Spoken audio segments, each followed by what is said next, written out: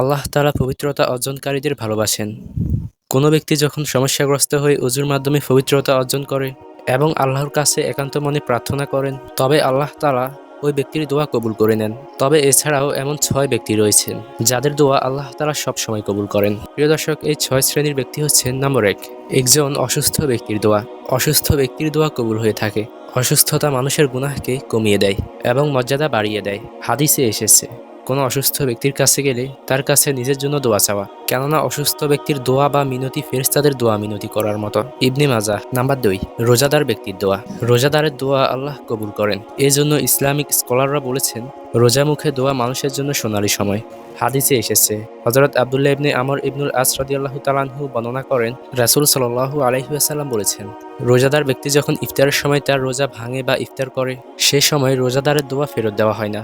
ইবনে মাজাহ। Number ৩, সন্তানের জন্য বাবা মায়ের দোয়া।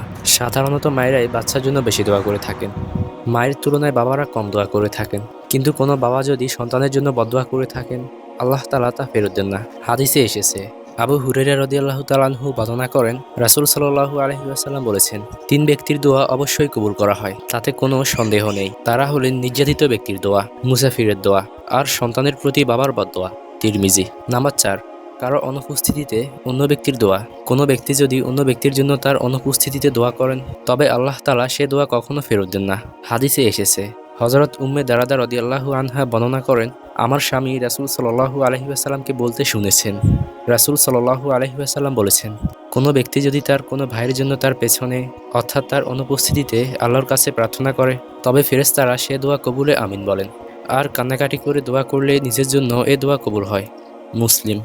নাম্বার ৫, মজলুম ব্যক্তির দোয়া। যে ব্যক্তি কোনো ব্যক্তিগোষ্ঠীর দ্বারা মজলুমের শিকার হয়, অত্যাচারিত হয়, ওই ব্যক্তির দোয়া আল্লাহ তাআলা কবুল করেন।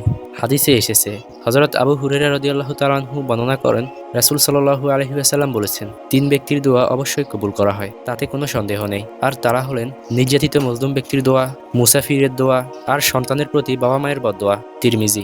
হযরত আয়েশা রাদিয়াল্লাহু তাআলা আনহু বর্ণনা করেন, রাসূল সাল্লাল্লাহু আলাইহি ওয়াসাল্লাম বলেছেন, যে লোক তার প্রতি অত্যাচারকারীর বিরুদ্ধে দোয়া করল, সে প্রতিশোধ গ্রহণ করল। তিরমিজি।